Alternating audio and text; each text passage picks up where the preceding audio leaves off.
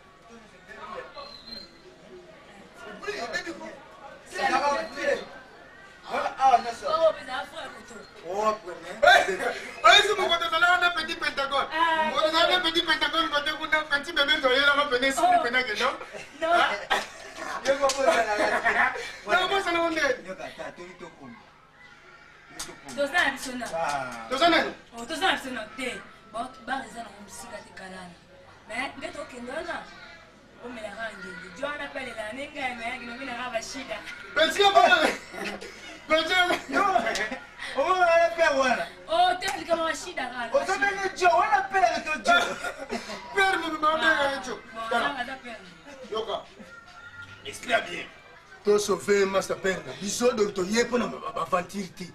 Lokola yo lobi ke no e kalango ko mi pembeni docteur leka. Poto ko ma place ngo to sauver Master wana. Poso di père wana li futwa dae. Faux pas. Nathan, systématique. Faux pas. Voilà na boya. Mère mon a raison na pene ke no ba père wana. Poto sauver mon wana père wana. Oh mon Dieu, Moi la pauvre.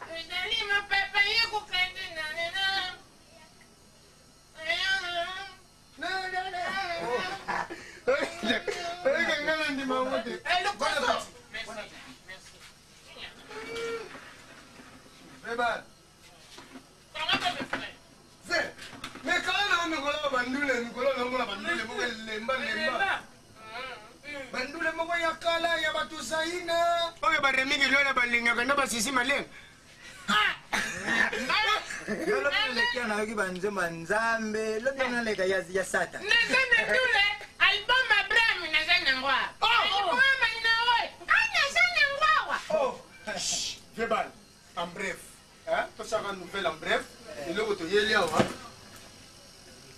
petit tour petit a confiance na biso a monaki père ya master na biso e kala na yo yango te yo vebilali ayenge Momi wana bayaka na ye wana. Ce n'est pas un momi. Il est un momi qui est le source. Quelle source? Azana Sida. Soi-disant. Mais on ne sait jamais. Problème que tu as soi-disant t'es Azana. Ah voilà n'importe qui confie. Ce n'est pas. Exactement. Tu peux dévoiler ce secret pour ma femme mais bakani la rango. Mais c'est juste moi de saler examen tout ça na preuve. Bon, soi-disant que non, yonde mutoza pena na liste ango pour libérer biso liste wana pour biso to dévoiler secret. N'est-ce pas bien? Biso to yebo to sauver mo limo, ya mwana mai na biso.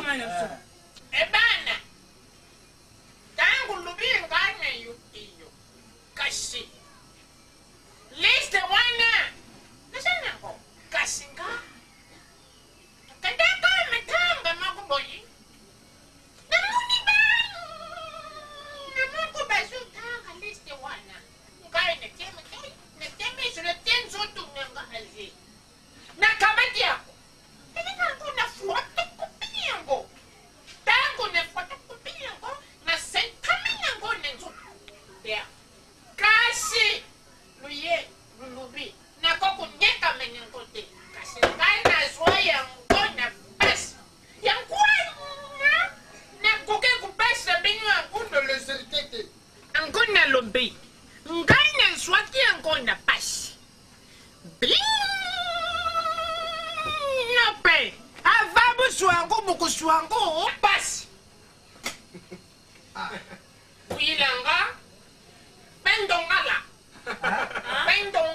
Chéri papa.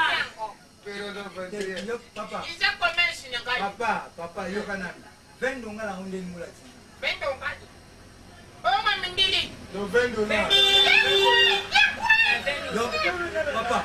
Ko opikisa molimo amu. Ko singa ngambo. Tonne ngwana ve to simisa au plan. Mais tout ça ni, tout ça va la loi que pique ni.